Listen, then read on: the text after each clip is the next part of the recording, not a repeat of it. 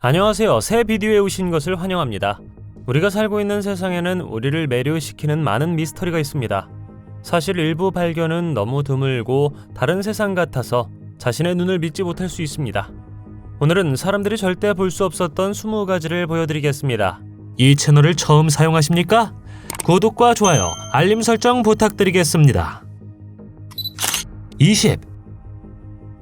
분수나무는 몬테네그로의 콜라신 마을 근처의 바루타나 마을에 있습니다. 18m 높이의 단풍나무로 천연 샘물이 흘러나와 물이 나무 아래로 폭포처럼 떨어지며 폭포 효과를 낸다고 합니다. 이 현상은 해당 지역에 폭우가 내릴 때마다 발생하죠. 이 나무는 수령이 약 500년 된 것으로 추정되며 이 샘은 지하 수온에서 물을 공급받는 것으로 알려져 있습니다. 나무에서 흐르는 물을 깨끗하게 마실 수 있으며 치유력이 있다고 알려져 있습니다. 지역 인구에 따르면 소화 문제 및 피부 상태와 같은 다양한 건강 문제에 도움이 된다고 합니다. 분수나무가 발견된 이래로 이곳은 몬테네그로에서 인기 있는 관광 명소가 되어 이 독특한 자연의 경이로움을 목격하기 위해 전 세계의 방문객을 끌어들인다고 합니다. 당신은 이 물을 한 모금 마실 용기가 있나요? 19. 인간 모양의 센토리페 마을은 이탈리아 시칠리아의 센토리페 마을에 위치한 고고학 유적입니다. 이곳은 인간 형상으로 설계된 고대 도시의 독특한 레이아웃 이름을 따서 명명되었습니다. 이 도시는 기원전 4세기의 독특한 예술적 스타일로 유명한 시큘리로 알려진 시칠리아 부족에 의해 지어졌습니다. 도시의 배치는 인간의 형태를 모방하도록 신중하게 계획되었으며 거리와 건물은 사람의 몸과 팔다리로 배열되었습니다. 인간 인물의 머리는 주요 건물과 사원에 위치한 마을의 가장 높은 지점에 위치했습니다.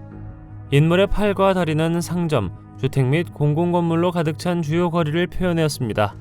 인간 모양의 센토리페 마을은 고대 도시 계획의 놀라운 예이며 고대부터 시칠리아 예술과 건축이 가장 잘 보존된 사례 중 하나로 간주됩니다. 18. 이것은 자연현상이며 브라질의 도시 마나우스 근처에서 두 강이 합류하는 곳입니다. 리오네그로의 짙은 차색 물이 솔리몽에스 강의 모래투성이 진흙물과 만나 색상에 눈에 띄는 대조를 이루는 지점입니다. 두 강은 온도, 속도 및 밀도의 차이로 인해 혼합되지 않고 수 킬로미터 동안 나란히 흐릅니다. 리오네그로의 물은 더 산성이고 따뜻하며 더 느리게 흐르는 반면 솔리몽에스 강의 물은 더 차갑고 더 빨리 흐르며 더 많은 퇴적물을 운반합니다. 두 강 사이의 경계는 6km의 거리에서 볼 수 있어 놀라운 시각 효과를 만듭니다. 이것은 관광 명소일 뿐만이 아니라 중요한 생태 현상이기도 합니다. 두 강 사이의 수질 화학적 차이는 물고기, 거북이, 강 돌고래를 포함한 다양한 수생 생물에게 서식지를 만듭니다. 이 지역은 또한 어업과 운송을 위해 강에 의존하는 여러 원주민 공동체의 본거지이기도 합니다. 17. 공룡들은 소를 잡아먹었고 당연히 인간도 잡아먹었겠지만 다행히 우리는 이 거대한 포식자들과 공존하지 않았습니다. 조류가 아닌 마지막 공룡은 약 6,500만 년 전 백악기 말에 멸종했습니다. 이와는 대조적으로 현생 인류는 약 30만 년 전에 출현했습니다.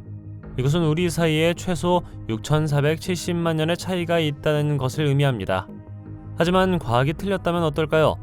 잉카 문명은 남아메리카에 존재했던 고대 문명으로 15세기에서 16세기 사이에 안데스 지역의 대부분을 지배했습니다. 그러나 1960년대와 1970년대에 일부 과학자들은 페루의 이카 지방에서 새겨진 돌 컬렉션을 발견했습니다. 잉카의 돌은 일종의 화산 응애암으로 만들어졌으며 동물, 사람, 풍경 등 다양한 이미지가 새겨져 있습니다. 잉카 돌의 가장 논란의 여지가 있는 부분은 그중 일부가 공룡을 묘사하고 있다는 것인데 일부 사람들은 이것이 잉카 문명이 공룡과 공존했다는 증거라고 제안합니다. 잉카 돌에 새겨진 조각은 매우 상세하며 티라노사우루스 렉스, 테고사우루스, 트리케라톱스를 포함한 다양한 공룡을 보여주는 것처럼 보입니다. 일부 돌은 공룡을 타거나 사냥하는 것과 같이 공룡과 상호작용하는 사람들을 묘사합니다. 이것은 우리가 알고 있는 역사가 다시 쓰여져야 한다는 것을 의미하며 잉카 문명이 공룡과 상호작용했다고 생각하게 만듭니다. 여러분의 생각은 어떠신가요? 16. 2016년 8월 누군가 아크렌 군해에서 헌금을 했다고 주장하는 동영상이 소셜미디어에서 돌기 시작했습니다. 유럽 입자물리연구소는 과학 핵 연구를 위한 세계 최대 규모의 권위 있는 기관입니다. 그 영상은 검은 예복을 입은 몇몇 사람들이 힌두교 신 시바의 동상 앞에서 의식을 수행하는 것을 보여주었습니다. 거의 6m 높이의 이 동상은 2004년 인도 정부가 스위스의 크렌과 인도의 협력을 기리기 위해 크렌에 기증했습니다. 시바는 힌두교에서 중요한 신이며 종종 파괴 및 창조와 관련이 있습니다. 힌두 신화에서 시바는 변화의 신으로 알려져 있으며 전 세계 수백만 명의 사람들이 숭배합니다. 크렌의 동상은 창조와 파괴의 우주 순환의 상징으로 간주되는 춤의 제왕 나타라자의 형태로 시바를 묘사합니다. 이 영상은 빠르게 퍼져나갔고 많은 사람들이 소위 사탄적 의식에 대한 분노를 표출하며 소셜미디어에 공유했습니다. 심지어 유럽입자물리연구소도 개입하여 이 비디오를 가짜로 규정하고 이 단체는 어떠한 형태의 종교 또는 정치 활동도 지지하거나 참여하지 않는다고 성명을 발표했습니다. 15. 2013년 버락 오바마 전 미국 대통령이 중동에서 연설을 할 때 사람들은 경호원 중 한 명이 다르게 생겼다는 것을 알아차렸습니다. 그들은 그 형체가 파충류처럼 움직여 파충류의 존재에 대한 소문을 부채질한다는 것을 발견했습니다. 이 이론은 인간형 파충류 존재의 그룹이 우리 사이에 살면서 수세기 동안 인간 사회를 비밀리에 통제하고 있음을 시사합니다. 이 이론은 이 파충류 존재가 인간의 형태를 취할 수 있는 변신술사라는 아이디어에 기반을 두고 있습니다. 어떤 사람들은 자신이 정부, 금융계 및 기타 영향력 있는 기관에서 권력을 가진 위치에 있다고 믿습니다. 파충류로 확인된 것으로 알려진 가장 잘 알려진 개인은 페이스북의 마크 주커버그입니다. 당신은 이 이론을 어떻게 생각하시나요? 말이 안 된다고 생각하나요? 14. 이 축구 경기는 광고가 부족하지 않은 것처럼 보이지만 실제로는 위치에 따라 다릅니다. 광고는 경기가 방송되는 위치에 따라 변경됩니다. 믿거나 말거나 이것은 지역 표적 광고로 알려져 있으며 광고업계에서 일반적인 관행입니다. 여기에는 지리적 위치를 기반으로 특정 그룹의 사람들에게 광고를 표시하는 것이 포함됩니다. 광고주는 IP 주소, GPS 데이터 및 와이파이 신호를 포함하여 다양한 기술을 사용하여 사용자의 위치를 확인합니다. 축구 경기 중 광고와 관련하여 방송사는 일반적으로 지역마다 다른 광고를 표시하는 기술을 사용합니다. 이는 원래 방송 신호가 광고 휴식 시간 또는 기타 지정된 간격 동안 현지화된 광고 신호로 교체됨을 의미합니다. 이 점에는 더 높은 관련성, 기업이 대상 고객에게 보다 효과적으로 도달함에 따른 수익 증가, 경쟁업체의 고객을 전략적으로 타겟팅하는 것이 포함됩니다. 13. 와디 알 살람은 이라크 나자프에 위치한 묘지로 세계에서 가장 큰 묘지로 간주됩니다. 이것은 1400년 이상으로 추정되며 약 6평방킬로미터의 면적을 차지합니다. 이 묘지에는 수백만 명의 유해가 안치되어 있습니다. 그 규모가 어찌나 넓던지 자체 도로망과 병원, 경찰서 등 건물이 있습니다. 또한 농사에 사용되는 묘지 구역이 있으며 가족들은 무덤 속에서 작물을 경작합니다. 묘지가 너무 꽉 차서 새로운 매장을 할 공간이 충분하지 않은 경우가 많습니다. 어떤 경우에는 가족들이 사랑하는 사람을 안장하기까지 상당한 시간을 기다려야 합니다. 묘지에는 또한 여러 영묘와 신사가 있으며 그중 많은 곳이 복잡한 타일과 서예로 아름답게 장식되어 있습니다. 이 신사 중 일부는 시아파 이맘의 유해를 보관하고 있다고 하며 시아파 이슬람에서 가장 성스러운 장소로 간주됩니다. 이 묘지는 또한 이슬람 신화에 나오는 초자연적 존재인 진이 출몰한다고 합니다. 많은 사람들은 이 존재들이 이곳에 묻힌 많은 수의 시체로 인해 묘지에 끌린다고 믿습니다. 12.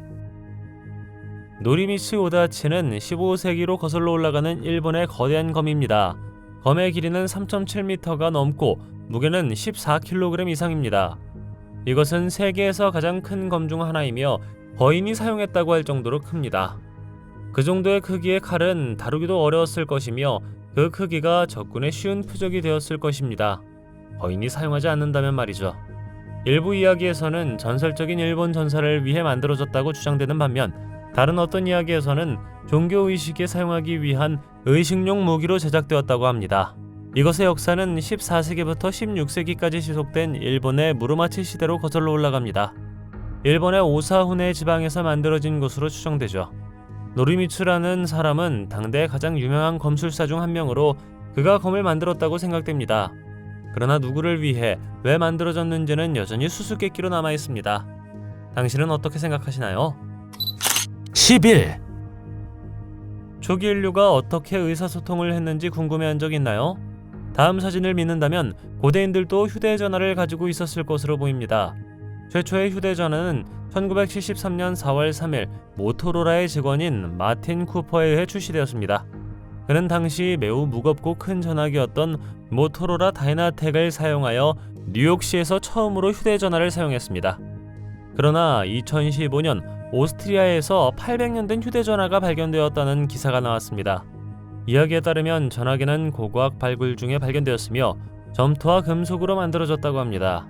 전화기에는 서령 문자 기호가 적혀 있었을 것으로 추정되며 고대 기술에 주목할 만한 예로 여겨졌습니다. 그러나 이 장치를 만들었을 선진 문명은 전화기의 서령 문자 기호가 알려진 문자 체계와 일치하지 않았기 때문에 미스터리로 남아 있습니다. 또한 전화기에 사용된 재료는 고대의 기술의 재료와 일치하지 않습니다. 어떤 사람들은 이것이 잃어버린 문명의 증거 또는 시간 여행이 가능했다는 증거라고 믿습니다. 10. 로스웰 사건은 미국 역사상 가장 유명한 UFO 목격 사건 중 하나입니다. 1947년 7월 윌리엄 브라젤은 뉴멕시코주 로스웰 근처에 있는 자신의 소유지에서 이상한 잔해를 발견했습니다. 잔해는 나중에 추락한 기상관측 기구에서 나온 것으로 밝혀졌지만 실제로는 외계 우주선에서 온 것이라는 소문이 빠르게 퍼졌습니다. 미군은 처음에 비행 원반을 회수했다고 확인했으나 나중에 그 잔해가 기상관측 기구에서 나온 것이라고 말했습니다.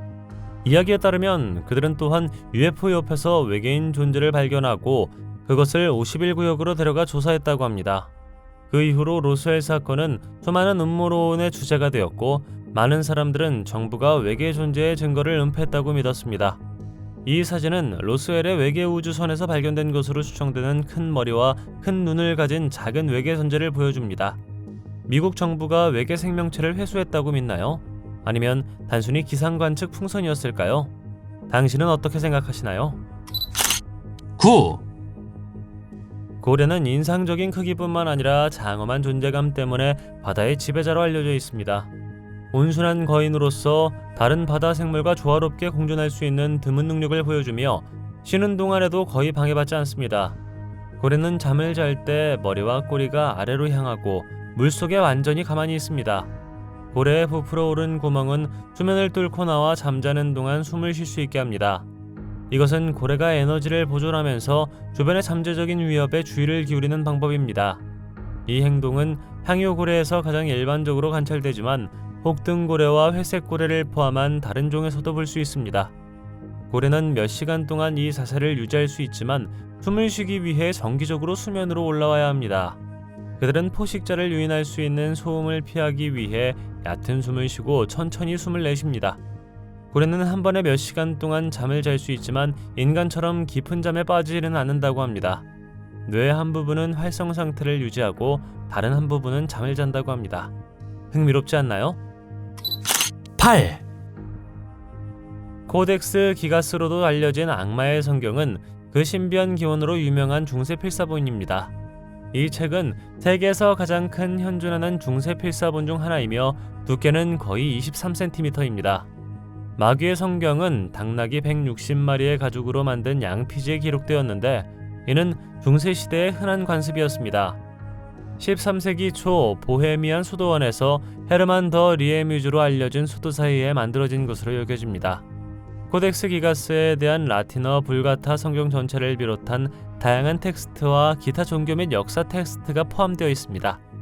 또한 악마의 전체 페이지 사파와 같은 몇 가지 독특하고 신비한 특성을 특징으로 하여 이 책이 저주를 받았거나 악마 자신의 도움으로 만들어졌을 수 있다는 추측을 불러일으켰습니다. 어떤 사람들은 허먼이 악마와 거래를 맺고 그 일을 완수하는 데 도움을 주는 대가로 악마를 찬양하는 책을 만들겠다고 약속했다고 믿습니다. 7. 해저 화산 폭발은 육지에서의 폭발보다 더 폭발적이고 빈도가 낮은 경향이 있습니다. 화산을 둘러싼 물의 압력이 분해를 심화시킬 수 있고 물이 마그마와 반응하여 폭발 반응을 일으킬 수도 있기 때문입니다. 2019년 조셉 레싱이 이끄는 과학자팀은 태평양 바닥에서 일어난 일련의 수중 화산 폭발 영상을 촬영했습니다. 화산 폭발은 외딴섬 그룹인 마리아나 제도 근처에서 일어났습니다. 조셉과 그의 팀은 원격 조종 차량을 사용하여 해수면 아래 1200m 이상의 깊이에서 발생한 분출의 비디오 영상을 캡처했습니다. 영상에는 해저 화산의 입구에서 뜨거운 용암과 가스 기둥이 뿜어져 나오는 모습이 담겼습니다. 마그마가 화산 표면으로 올라오면서 압력이 증가하여 폭발로 이어질 수 있습니다. 압력으로 인해 마그마가 수증기, 이산화탄소, 이산화황과 같은 가스와 혼합되어 용암 및 기타 파편을 공기 중으로 밀어내는 폭발 반응을 일으킬 수도 있습니다. 6. 나무 꽃가루는 나무가 생식 과정의 일부로 생성하는 미세한 가루 같은 물질입니다. 이것은 일반적으로 봄과 가을에 공기 중으로 방출되며 바람에 의해 먼 거리로 운반될 수 있습니다. 그러나 나무 꽃가루는 나무 종에 따라 모양이 다를 수 있습니다. 참나무와 소나무와 같은 일부 유형의 나무 꽃가루는 길쭉하고 원통형인 반면 자작나무와 오리나무와 같은 다른 유형은 더 구형입니다. 색상은 일반적으로 노란색 또는 녹색이지만 때로는 흰색 또는 갈색일 수 있습니다. 나무 꽃가루는 계절성 알레르기의 흔한 원인으로 전 세계 수백만 명의 사람들에게 영향을 미칩니다. 나무 꽃가루 알레르기의 증상으로는 재채기, 코막힘, 눈 가려움증 등이 있습니다. 믿거나 말거나 나무 꽃가루는 인간에게 알레르기 반응을 일으키는 것 외에도 환경에 부정적인 영향을 미칠 수 있습니다. 많은 양의 나무 꽃가루는 대기 오염의 원인이 될 수 있으며 식물 및 기타 유기체에도 해로울 수 있습니다. 5. 나스카라인은 기원전 500년에서 서기 500년 사이에 페루의 나스카 사람들이 만든 모래 위의 일련의 지리문자입니다. 대부분의 디자인은 위에서만 완전히 감상할 수 있기 때문에 공중에서 가장 잘 볼 수 있습니다. 이것은 그들이 어떻게 만들어졌는지에 대한 질문을 제기합니다. 나스카 라인 중 가장 큰 것은 길이가 91m가 넘는 그레이트 허밍버드입니다. 다른 주목할 만한 디자인으로는 거미, 원숭이, 콘도르가 있습니다. 나스카 라인은 130평방킬로미터 이상의 면적을 차지하며 수백 개의 개별 디자인을 포함하고 있습니다.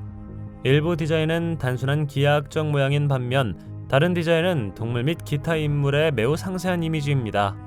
겉으로 보기에는 단순해 보이지만 나스카 라인은 믿을 수 없을 정도로 정밀하며 많은 디자인이 정확한 직선과 각도를 가지고 있습니다.